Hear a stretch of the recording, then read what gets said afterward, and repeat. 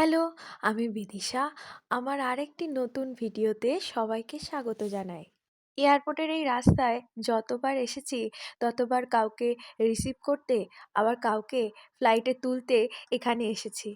আমিও সবসময় ভাবতাম যে আমিও একদিন ফ্লাইটে যাব, তখন আমাকেও কেউ তুলতে এখানে আসবে।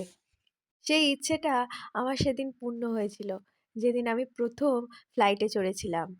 The first flight is always challenging because you are unaware of the strength in your wings. জীবনে প্রথম ফ্লাইটে চড়া, তাও একা একা ফ্যামিলি ছাড়া, এটা আমার কাছে ভীষণ বড় চ্যালেঞ্জ ছিল। মনে আছে আমি যখন প্রথম কলকাতা আসি, তখন প্রথম মেট্রো চড়েছিলাম। তখনকার এক্সপিরিয়েন্স আমার কাছে বিশাল ছিল। অনুশ্রীকে বলেছিলাম, আমাকে একবার মেট্রো চড়াবি? কিভাবে যেতে হয় জানি না। ও আমাকে প্রথম মেট্রো চড়িয়েছিল, কিভাবে টিকিট পাঞ্চ করতে হয় সেটাও জানতাম না। অনুশ্রীর সাথেই প্রথম মেট্রো চড়া, আর এয়ারপোর্টে যখন ঢুকছি তখন অনুশ্রী আমাকে দেখিয়ে দিল যে ব্যাগ ক্যারির যে ট্রলিটা কিভাবে নিয়ে যায়। সত্যি জীবনের এই প্রথম এক্সপিরিয়েন্স সবার কাছে স্মরণীয় থাকে, তবে আমার কাছে একটু বেশি স্পেশাল। বাট যখন সব ইজিলি হয়ে গেল না, তখন মনে হলো, ইস, এতটা প্যানিক কেন করেছিলাম। হয়তোবা এটা বোকা বোকা মনে হতে পারে যে প্রথমবার প্লেনে চড়ছে, তাও এত ভিডিও কিসের জন্য। কিন্তু এটা আমার কাছে অনেকটা স্পেশাল, কারণ আমার জীবনে প্রথম ফ্লাইট, তাও ফ্যামিলি ছাড়া, আর প্রথমই ইন্টারন্যাশনাল ট্রিপ, তাও 24 ঘন্টার বেশি ফ্লাইটে কাটিয়েছি আমি। আর একটা এক্সপিরিয়েন্সের কথাও মনে আছে, যখন আমি প্রথম আরবিউতে ভর্তি হলাম।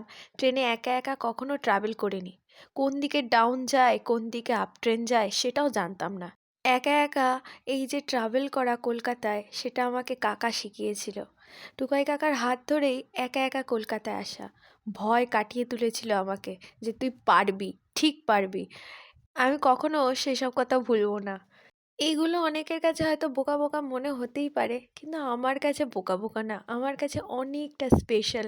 বাবা মার একমাত্র মেয়ে, তো বাবা মার হাত ধরে এছাড়া আমি কোনোদিন কোথাও বেরোইনি। একা একা তো একদমই আমাকে ট্রাভেল করতে দিত না। তাই জন্য না আমি ভয় পেতাম সব কিছুতে। তারপর আস্তে আস্তে সব কিছুই শিখে গেছি বলে আমি সেই পুরোনো দিনের কথা ভুলতে আমি কোনোদিনই পারবো না। আর যারা শিখিয়েছিল তাদের কথাও ভুলতে পারবো না। যাক, অনেক কিছু বলে ফেললাম। আমার ফ্লাইট ছিল কলকাতা থেকে দিল্লি, দিল্লি থেকে লন্ডন, লন্ডন থেকে গ্লাসগো। আমার সাথে একটা দাদা ছিল, সে অনেকটা আমাকে হেল্পও করেছে। তো তার জন্য যে প্রসিডিওরগুলো ছিল সেগুলো খুবই ইজিলি হয়ে গিয়েছিল। তো ওই আর কি, আমি আর প্যানিক কিছু করিনি। আমার হাজব্যান্ডও ওই দিক থেকে ভাবছে যে কি হবে, কিভাবে আসবে। যাই হোক, সব কিছু কমপ্লিট করে অবশেষে গ্লাসগোতে আমি পৌঁছে গেছি। আর আমার সঙ্গে তো ছিল আমার গপু সোনা, তাই হয়তো সমস্ত কিছুটা ইজিলি হয়ে গিয়েছিল। যাক, এরপরে হয়তো অনেক ফ্লাইট চড়বো, অনেক জায়গায় যাব, ঘুরতে যাব, কিন্তু এটা আমার কাছে না অনেকটা বড় এক্সপিরিয়েন্স, আর অনেক কিছু এখান থেকে আমি শিখেছি। যাক, আজকের ভিডিওটা এই পর্যন্তই। দেখা হবে পরের আরেকটি ভিডিওতে।